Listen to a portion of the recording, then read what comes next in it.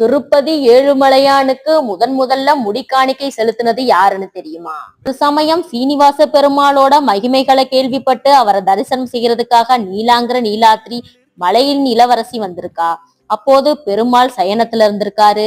காற்றுல அவரோட கேசம் களைய தலையின் சிறு பகுதி கேசமின்றி இருக்கிறத பார்த்து அதிர்ச்சி அடைஞ்சிருக்கா. ஒளி பொருந்திய அழகிய பெருமாளோட முகத்துக்கு இது ஒரு குறைய அவளுக்கு தெரிஞ்சிருக்கு. உடனடியா தன் தலையில இருந்த கேசத்தை வேரோட பிடுங்கி அவளோட முடிகளற்ற பெருமாளோட தலையில வச்சு தன் பக்தி உண்மையா இருந்ததுன்னா இந்த கேசம் ஒட்டி கொள்ளட்டும்னு வேண்டி இருக்கா. அடுத்த கணமே அந்த கேசம் அவரோட தலையில ஒட்டிக்கிருச்சு. பெருமாள் சயன கோலத்துல இருந்து கண் விழிச்ச போது ரத்தம் வழியும் முகத்தோட நின்றாள் நீலா. இத பார்த்த பெருமாள் நடந்ததை தெரிஞ்சுக்கிட்டு மனம் நெகிழ்ந்திருக்காரு. நீலாவோட பக்தியை மெச்சி அவர் கேட்கும் வரங்களை கொடுத்திருக்காரு. அந்த சமயம் நீலா உங்களை நம்பி முடிக்காணிக்கை தரக்கூடிய பக்தர்களோட குறைகளை போக்கி நல்லருள் வழங்கணும்னு வேண்டிக்கிட்டா.